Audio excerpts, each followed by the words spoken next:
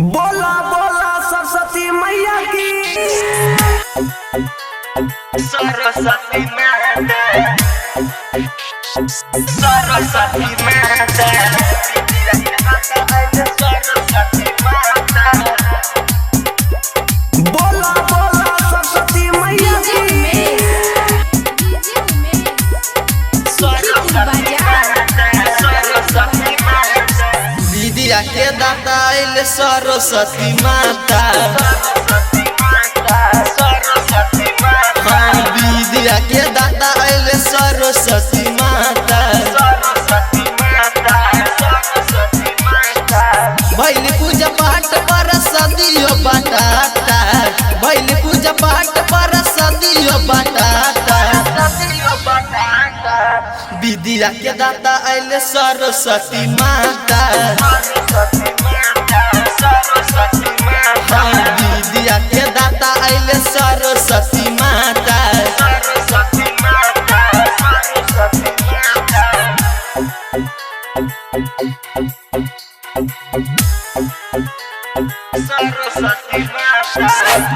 Krishna recording studio Amarpur Sukhipur बाजार।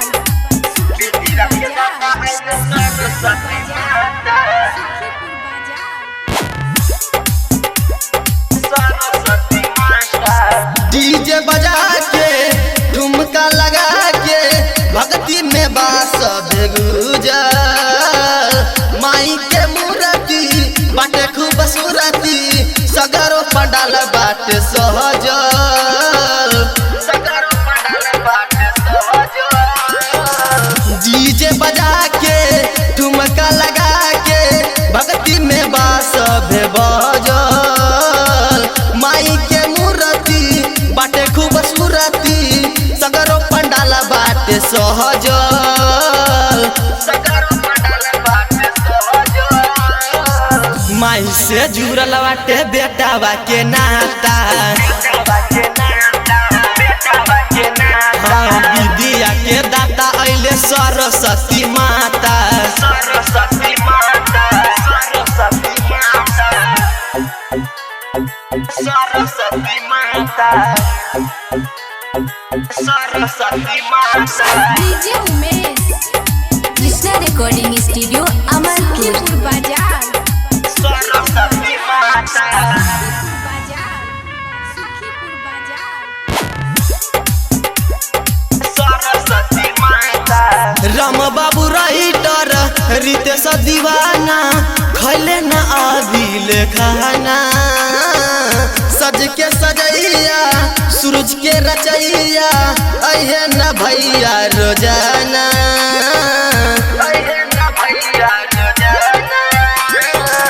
राम बाबू writer Ritesh दीवाना खैले न आबिल खाना।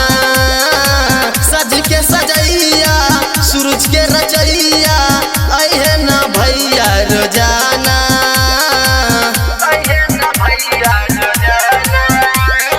भूल चुका माफ करिया कुछ न सुझाता। हाँ, विद्या के दाता आइले सरस्वती माता।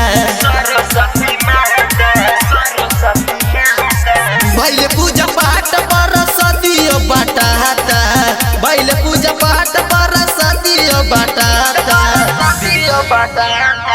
विद्या के दाता आइले सरस्वती माता।